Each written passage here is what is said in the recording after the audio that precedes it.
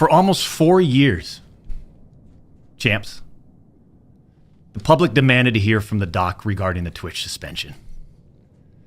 I guess since you all missed the point with my personal statement,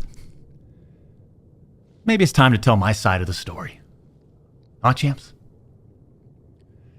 You see, there was a lawsuit pending, and as part of that arbitration, all parties were not allowed to speak publicly about the case.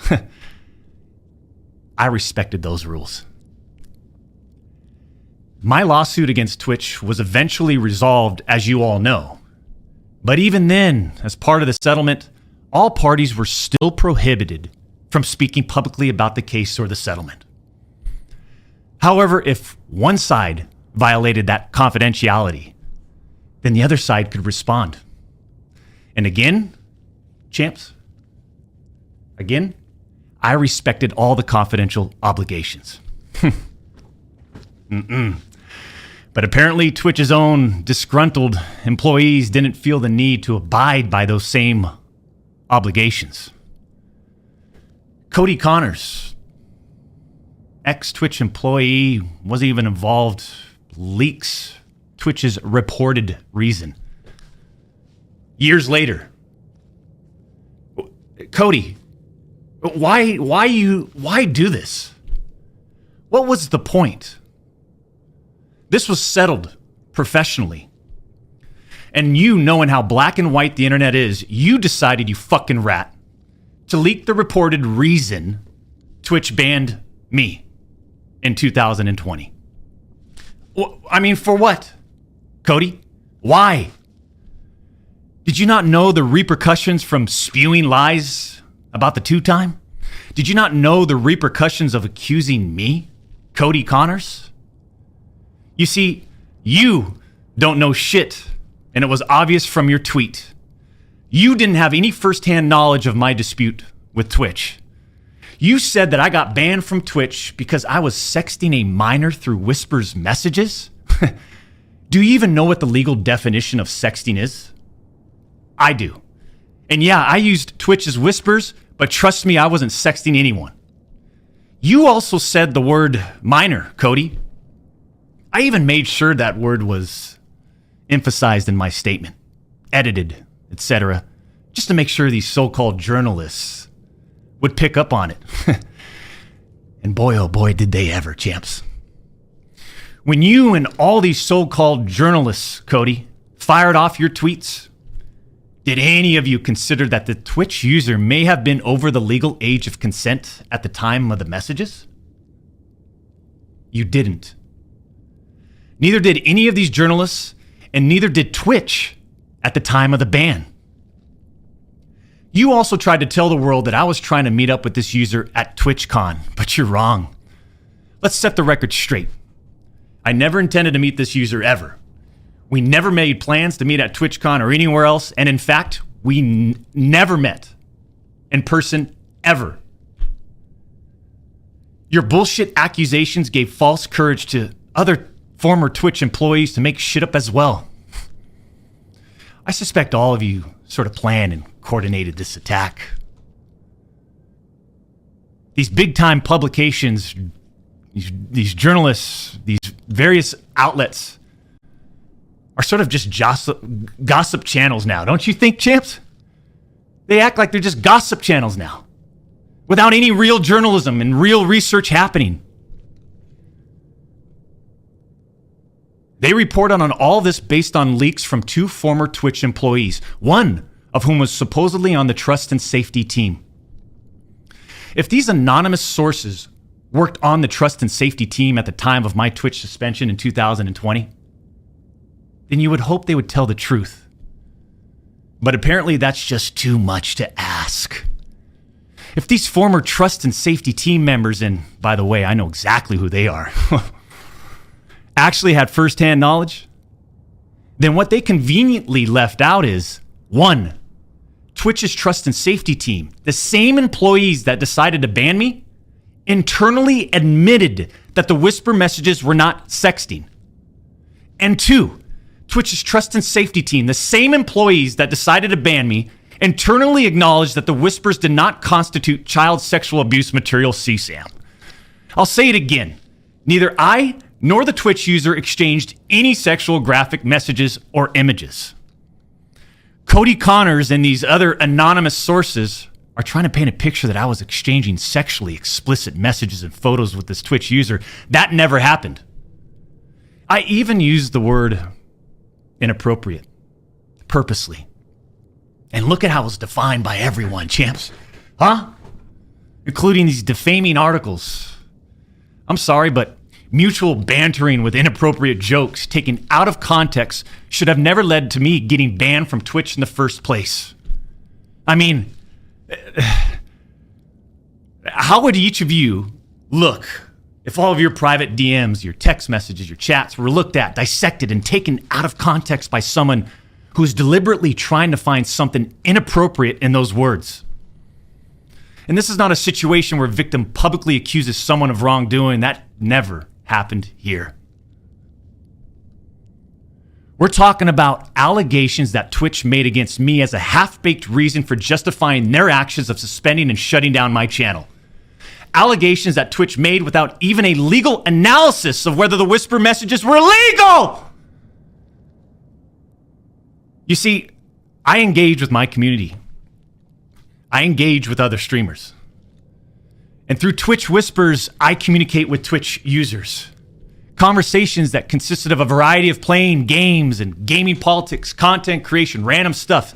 This was the extent of my whispers with this Twitch user.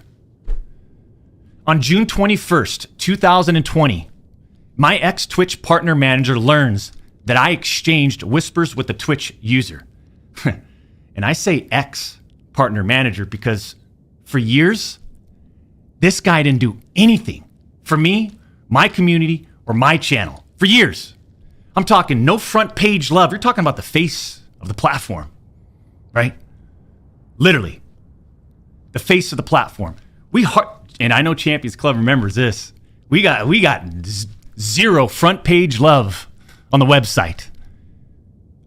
He was never on my channel. He didn't follow me on Twitter. He wouldn't even inform us about Twitch rival tournaments. We're talking about the two-time Twitch rival tournament. Oh, I'm sorry. Would you want to play in it? We got zero support from this guy.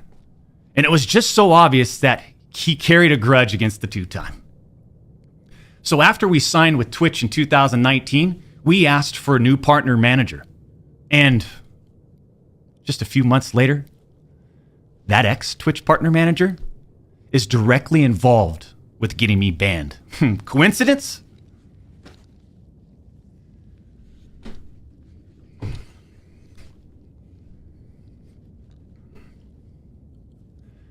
The Twitch user tells the ex-Twitch partner manager that they do not want to report anything to Twitch. I'll repeat that sentence one more time just in case anybody missed that one. The Twitch user tells this ex-Twitch partner manager that they do not want to report anything to Twitch.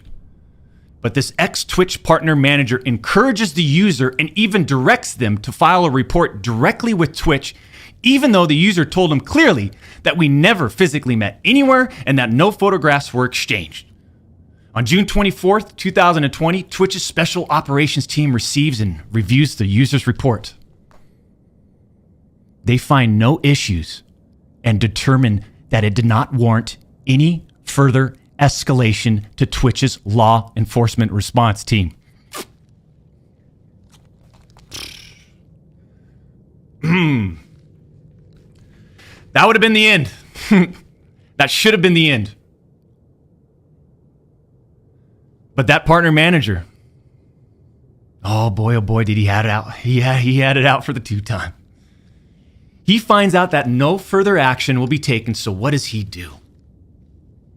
He personally escalates the report to a friend on the Twitch's LER team. The LER team, remember, that's the Twitch's law enforcement response team. He escalates the report to a friend on Twitch's LER team. So a day later, on June 25th, the LER analyst pulls the entirety of the whisper messages and begins discussing them with his director of the LER team. Mind you, this director is on vacation at that time and does not have access to their computer or work files. Let me just remind you, I went through a multi-year, a big-time arbitration, okay? And, you discover a lot of stuff. Mind you, this director is on vacation at that time. The LER analyst cherry picks and sends a few targeted excerpts out of context from the whisper messages to this director. Now, if you do this, you can make anyone's messages look inappropriate, even when they aren't. Within less than 1 hour, this LER analyst and his director have made the decision to suspend me from Twitch. Twitch submits a report to NCMEC. You guys all read those little articles, huh? The NCMEC. Twitch submits that report. The National Center for Missing and Exploited Children. Guess what? As far as I know, and over 4 years have passed, they didn't do anything with the report. As far as I know, they didn't escalate Twitch's report to law enforcement. Mind you, the same people that made this decision admit internally that the messages did not constitute sexting. The same people that made this decision at Twitch admit internally that the messages did not warrant any child sexual abuse material charge. Twitch makes this decision to terminate my contract and ban me while admitted they did not perform any legal analysis of whether the messages exchanged were illegal in any way. Twitch makes this decision to terminate my contract and ban me while admitting that they never investigated the age of consent in the jurisdiction where the user's messages were sent and received. Twitch makes this decision to terminate my contract and ban me without ever interviewing me, the user, or any other third party, including the partner manager. It's fucking unbelievable!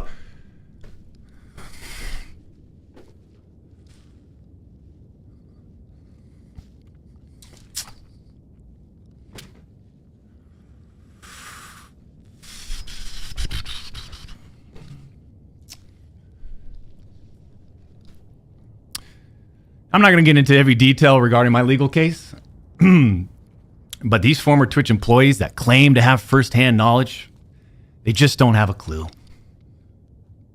They didn't report any facts. The judge in the case determined that the whispers were not illegal. So then why did Twitch use these messages against me? Why did Twitch treat the doc so differently from their other streamers? I mean, outside of the obvious. I mean, just take a look at me. Right? Unfiltered. The realest motherfucker in this industry. 6'8", gorgeous, athletic, successful, college degree, college athlete, bourbon business, gaming studio, beautiful family. And trust me, we've worked hard for over a decade to improve as a person, a husband, and father, and to get where we're at today. I mean, I'm in such a good place today. And all these people, they all act like they're just so perfect. I'm not perfect.